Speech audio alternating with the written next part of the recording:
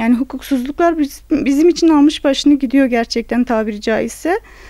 Şöyle ki biz eşim tutuklandıktan sonra bize tazminat davası İçişleri Bakanlığı tarafından açıldı. Bizim bir evimiz vardı. Evimize el konuldu 2006'da.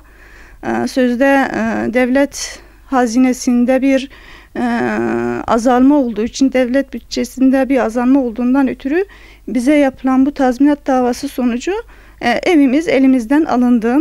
Öte yandan tekrar bir tazminat davası yine açıldı. Yani hani bedel ödemekse biz sürekli ödüyoruz yani. Hala da ödüyoruz. Bu son birkaç ay önce tekrar bu dava sonuçlandı. Açılan tazminat davası sonucu 29.000 TL tutarında bize tazminat davası açılmış ve biz buna da mahkum olduk.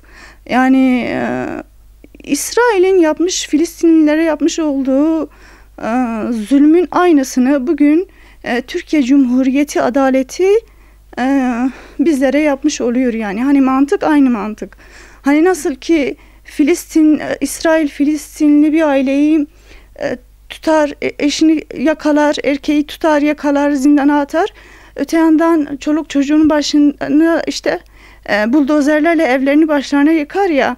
Tıpkı bizden o şekil. Evet, belki buldozerlerle evimiz yıkılmadı ama açılan tazminatlar sayesinde bizler de elimizde, avucumuzda ne varsa devlet tarafında el konuldu.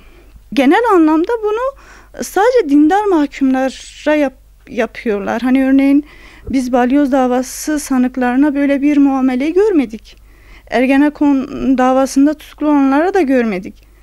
Yani sadece bizlere yapılan bu zulmü artık yani devlet ne zaman nereye kadar götürecek, ne kadar sürdürecek doğrusu düşündürüyor.